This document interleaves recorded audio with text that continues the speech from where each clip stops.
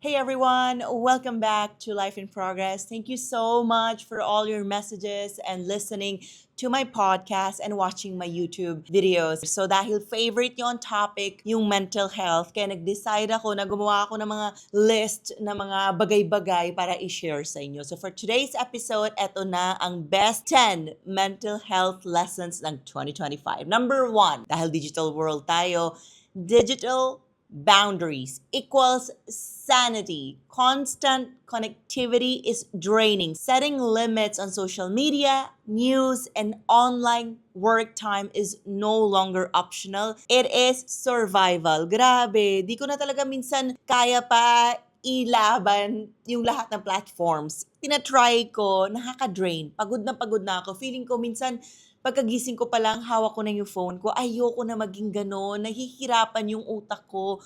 Kahit nag-workout naman ako, kahit kumakain ako ng maayos, kahit umiinom ako ng litro-litro na tubig, parang kulang kasi mabigat pa rin yung ulo ko minsan sa dami na nangyayari online. So, nangyayari ngayon, if may makita ako na hindi masyadong maganda, disregard. Even yung mga comments about sa akin, disregard. Sa sobrang tagal ko na sa social media, ang sasabihin ko is, wala na talaga akong pakialam. Kahit kanino, sa kahit anong bagay, yung mga important things na lang talaga yung nagve-value sa akin. So, yung mga friends ko, yes, sometimes pinapanood ko yung stories nila, pero tinanggal ko na rin yung habit na nood ka na nood, pindot ka ng pindot, kasi nakakapagod. And apparently, wala naman siyang dagdag value sa buhay ko. Unless na lang siguro talagang importante. Tapos yung boundary ko naman sa mga employees ko is di ko talaga sila fina-follow hanggang kaya ko. There's beauty talaga pag hindi alam ng mga tao ano ka, sino ka, and nasaan ka. And yun talaga yung na-enjoy ko ever since. Number 2 is rest is productive. Hustle culture is okay, pero feeling ko losing its grip na. Yung sleep, very important niya. Genuine rest, sobrang gandang investment niyan. Hindi siya laziness. Meron tayong isang topic about this na resting is not laziness. For me ngayon, imbis na mag-record ako ng 15 podcasts a day na pinipilit ko like before, hindi na. 3 lang, 4 lang, minsan 5, sige.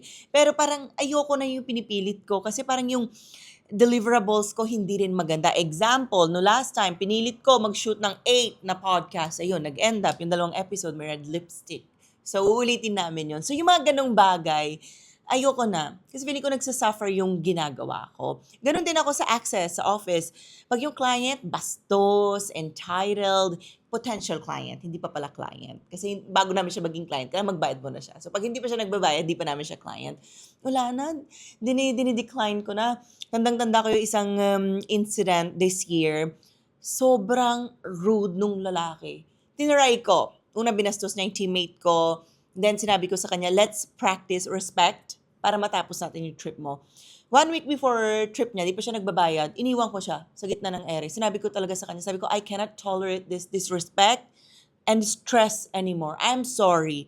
You can bring your business somewhere else. Ayoko nga magising na 3 in the morning, nagreklamo siya, tumatawag siya. Hard pass. Very important kasi yung sleep for me. Number 3, therapy only kapag crisis lang. No. Seeking therapy is not just for when life falls apart. It's maintenance, like going to the gym, but for your mind. Gym girly ako. Kung pina-follow niyo ako sa Instagram, grabe. Like, every day yan, may movement ako. Today, nag-boxing ako, nag-cardio ako, and nag-pilates ako. So, parang mga 3 hours of working out yon. Medyo exag yun, OA yun. Hindi nyo naman kailangan gawin yun. But what I'm trying to say is, ganun yung therapy, but for your mind. So, therapy sa Philippines, minsan sinasabi, oh, ganito talaga yung mga tinatanong nila, sira ulo ka ba? Ano, crazy ka ba? May anger issues ka ba? Na-abuse ka ba? Yes, there are instances na gano'n and may mga situations talaga na gano'n pinagdadaanan yung mga tao kaysa nagte-therapy. But in my case lang, I do therapy because exercise yun ng mind ko. Kina-question ako na therapist ko, bakit ganito yung actions mo? Bakit ganito ka gumala? Bakit ganito ka mag-function? Para ma-target mo yung root ng lahat ng triggers, traumas, and ma-overcome. Kaya ako very nag-advocate ng therapy. Please invest sa therapy even once a month na session lang. Number 4, movement is medicine. Yung simpleng movement like walking, malaki ang impact niyan sa mood, to regulate stress. Kahit nga minsan stretching lang simpleng lakad, sobrang healthy para sa bodies natin. May mga studies yan that you can check on your own movements every day. Alam ko, minsan, pag dito sa Philippines, ang hirap maglakad. Kaya parang ginagawa ko nang practice na yung buong Makati parang nilalakad ko. Parang from one point to another. Kahit minsan feeling ko sobrang dilim na. Matapos ko lang yung 10K na steps ko. Meanwhile, pag nasa Madrid ako, never naging challenge yun. Kasi parang yung 10K, natatapos ko na parang in 4 hours lang. Pupunta lang ako sa isang errand ko. Yung movement and yung exercise, hindi ko rin masisi yung mga tao sa Pinas na hindi nagagawa kasi parang our place is not designed for that. Kaya minsan may mga tao nag-argue, oh maglakad ka, pinipilit nila maglakad yung kamag-anak nila, yung parents nila, or friends nila. Saan din sila maglalakad? So naiintindihan ko din. That's why when I talk to my friends, I tell them, you find something that you actually enjoy. Number 5, community heals. Isolation fuels anxiety and depression.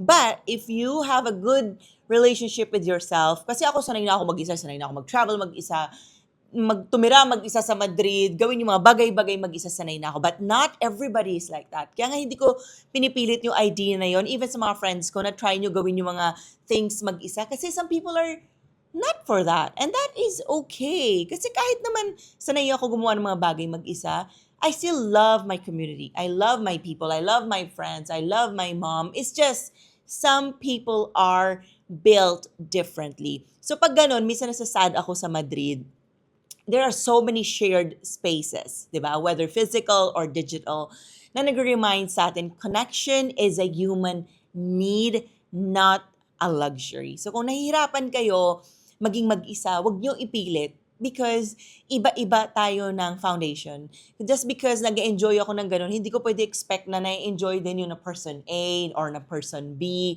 So you find what works for you. That's why knowing ourselves is a never-ending work. Minsan kala natin, kilala natin yung sarili natin, biglang bukas, iba na pala ako, no? Ayoko na maging mag-isa.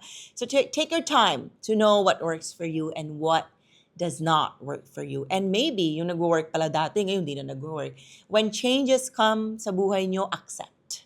Next mental health lesson naman is boundaries are self-respect. Saying no is not selfish. It's a declaration of what you will and won't allow in your life. So parang kanina nag-post ako sa threads na parang today's simple thought is if you want to settle for the bare minimum, don't drag us na into it. If misery mo yan, parang we don't need to be part of it, di ba? Kasi minsan yung mga tao, because standards nila yon, gusto nila kasama din tayo doon. Pero iba-iba tayo di ba? Iba yung standards ko. But why yung people nag-settle sa bare minimum or walang boundaries, parang hindi sila na-shame. Bakit yung mga taong may high standards, sila lagi yung na-shame? Ang taas kasi ng standards mo Diba? Parang minsan, ang gulo intindihin ng mundo. Pag ganon, hindi mo nagigets, ano ba gusto ng tao? So going back, pag may boundaries tayo and may self-respect tayo, every day you wake up, yung opinion ng iba, hindi na nagmamatter sa'yo kasi alam mo, may self-respect ka and you're not doing anything to anybody. Yun naman yung lagi nagbo-boil down naman dun di ba? As long as we are not stepping on anybody and we are just living our lives na may boundaries and self-respect, I think that's the only thing that matters. Di ba? At the end of the day, kanya-kanya naman tayo ng buhay Nobody thinks of us. So say no. In fact, ang masasabi ko is, nakarating ako dito with all the no I've said in my life. Kasi kung yes lang ako na yes sa wrong employees, wrong opportunities, wrong people, di ba? Wrong, ano pa ba? Wrong trips, wrong businesses, wrong city. Hindi Madrid yung pinili ko. Let's say, pinili ko London or Rome. Tapos, hindi ko naman na-feel yung self ko doon. Parang, what's the point? Di ba? This is why, as early as possible, let's learn the skill to have boundaries. Hindi lang sa ibang tao, but pati sa sarili natin. Up next is comparison is a thief. Scrolling through curated feeds and reels, we feel miserable, di ba? Parang practicing gratitude and focusing on our own lane is the antidote. For an instance, mga kaibigan ko, well, hindi lahat. Isa yung best friend ko, wala pang asawa. Mga kakilala ko, may mga asawa na. But I don't go to their Instagram accounts and check how happy they are. Sometimes, we have to remind ourselves, we are just seeing the outside picture lang. We don't know what these people went through para lang ma-work out nila yung marriage or relationship nila. Or if people are married na di natin alam bakit wala pa silang anak. So, labas lang yung nakikita natin. Same in my business. People just see me all the way up there. Di nila alam ano yung struggles ko every day. In fact, people don't even know I don't make money from my podcast. But I make it look like sobrang dami kong budget, di ba? Kasi self-produced, wala din humahandle sa akin. It's just outside photo yun eh. Outside picture, outside parang perception ng mga tao. From the inside, nobody knows what we are going through. This is why comparing our real lives with someone's created na feed, it's so unfair to ourselves. Para tayong umiinom ng poison, tapos ayaw natin mamatay. Parang ganon. Parang, what's the point, di ba? This is why I always say, hindi ko pa oras. When someone says, bakit wala ka pang asawa? Yun na nga yung sagot ko eh. Kahit anong gawin kong pilit, kahit anong gawin kong dating, kung hindi ko pa time, hindi ko pa time. Maybe that's very spiritual side of me. Pero mama ko, ganun din sinasabi. Hanggang hindi nyo oras kahit anong gawin nyo. And kahit ano pilit nyo. That's not just in pag-aasawa, in life, in business, in everything. No matter how hardworking we are, if it's not our time, it's not our time. This is why I always focus on your own journey. Put your time, effort into watering your own garden instead of just looking at other people's gardens and gaano ka green sa kanila, because we never know ano yung mga leaves na nagdo-dry and anong side ng life nila yung nagdo-dry ang leaves. Up next is probably one of my favorite lessons. You are not your productivity. Yung self-worth mo, wala yan kinalaman sa output mo. I'm not saying gumawa ka ng palpak na job, mag-bare minimum kayo. No, syempre, understood na yon na hindi tayo dapat mag-produce sa mga ganong klase ng work. Kasi parang, what's the point of living life if bare minimum lang ibibigay natin or half-baked lang? Who you are matters more than what you produce. Problema ko yan. Feeling ko, pag hindi ako productive sa isang araw, parang sayang buhay, kino-question ko yung sarili ko, kino-question ko bakit ako naging tamad, lahat na yung kino-question ko. Tapos na-realize ko, Anjali, parang kailangan minsan sampalin ko yung sarili ko. Manahimik ka na please. Okay lang yan, hindi ka nag-work na isang araw. Okay lang yan na hindi ka nakasagot ng 100 emails in a day. Bukas naman. Balik tayo sa one of the first lessons, rest. Natutunan ko na yan. Nung bata ako, di ko yung nagagets. Ngayon na medyo tumanda na ako, nagagets ko na yan. Rest is being productive. Kasi pag well-rested ka, mas maganda yung napaproduce mo. Parang hindi na questionable. Hindi na natin i-question yung half-baked, bare minimum. Wala na, di na nag-exist yun. Ibabalik ko ulit sa sinabi ko kanina, I'd rather create 3 kaysa ipipilit ko na 10. Number 9 naman is, healing is not linear. Learning to ride the waves instead of expecting a straight line keeps disappointment in check.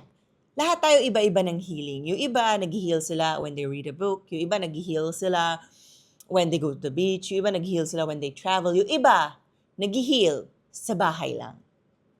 So, we cannot judge people kung ano yung way nila sa pag-heal. Ako nga, up to this moment, di ko alam eh. By season, yung healing process ko. Minsan, sa travel ako nag-heal. Minsan, sa bahay, like bahay namin sa Cavite. Minsan, sa pagbabasa. Minsan, wala. As in, wala akong ginagawa. I just go with my life, my routine. Pero madalas, ang nakapag-heal sa akin, movement. The more I focus on myself after something happens, mas nag-heal ako. Let's say, may matinding nangyari, may nawala. I focus on myself. Dinadivert ko yung attention sa self ko. I work out more. I go to the spa more. Mga ganyan. Hindi rin shopping eh. I start investing sa sarili ko. Nagtitake ako ng course. Hindi ko alam kung hyper independence or hyper productive ako. Pero yun yung way ko mag-heal. Lahat ng attention, imbis na isipin ko dun sa nangyari, pinapasok ko sa self ko or sa business ko. Yun yung healing way ko. Kanya-kanya tayo. So, hindi ko alam ano yung healing way nyo. But yung mga friends ko, yung iba tumatakbo, nag-join sila ng marathon, kapag nag-heartbreak sila, yung iba nagpapagupit, yung iba nagpapakulay, yung iba bumibili ng bag. So, iba-iba yan. Joy is a mental health practice. Fun, laughter, hobbies, and play are not distractions. They are fuel that protects mental resilience. Lagi ko to sinasabi sa mga tao sa TikTok, huwag yung seryosohin masyado yung buhay. Diyos ko, like kayong galit, gagawa pa kayo ng mga accounts para mag-iwan ng mga negative comments. Like, for what? Parang ako yung napapagod, di ba? Parang over small things, i-let go nyo na. Yung mga tao galit na galit online, ako yung napapagod for them. Kasi they're putting so much energy into these people na hindi naman nila kilala in real life. So, ako yung napapagod doon. And yung mga joy na pwede makuha natin sa daily life natin, sa maliliit na bagay lang. Ako in the morning, medyo crazy to. I look forward to drinking my cappuccino every day sa Religion Coffee in Madrid. Every day yan. Pagising ko, 6:30, minsan ako gumigising, minsan 7:30. Every morning yan. Kakain ako ng eggs for my protein, then konting kimchi. Tapos, naglalakad na ako pumunta dun sa parang community cafe namin na malapit lang sa bahay ko para minom ng coffee. I look forward to that. For me, mental health practice yun. It gives me so much joy. Yung walang tao sa cafe, ako yung first customer. 2 years na. Ako yung first customer ng cafe. And pag summertime, August sa Spain, ako nagsasara ng cafe kasi buong araw ako nandun. Lahat na tao doon halos, kliyente, mga nagkatrabaho, yung may-ari, friends ko na silang lahat. For me, yun yung sense of community ko. Kahit mag-isa ako nakatira sa Madrid, these people accepted me. These people really, nag-effort sila kausapin ako in English. In return, ako din, nag-try ako kausapin sila in Spanish. So for me, best mental health practice ko yun every single day outside my workouts, Pilates, sometimes na ginagawa ko. Even sa yoga studio ko sa Spain, just yung fact na parang naglakad ako pupunta doon for 30 minutes, hindi ko dinadala yung phone ko, mental health practice ko yun. 3 hours ako naka-disconnect sa phone ko.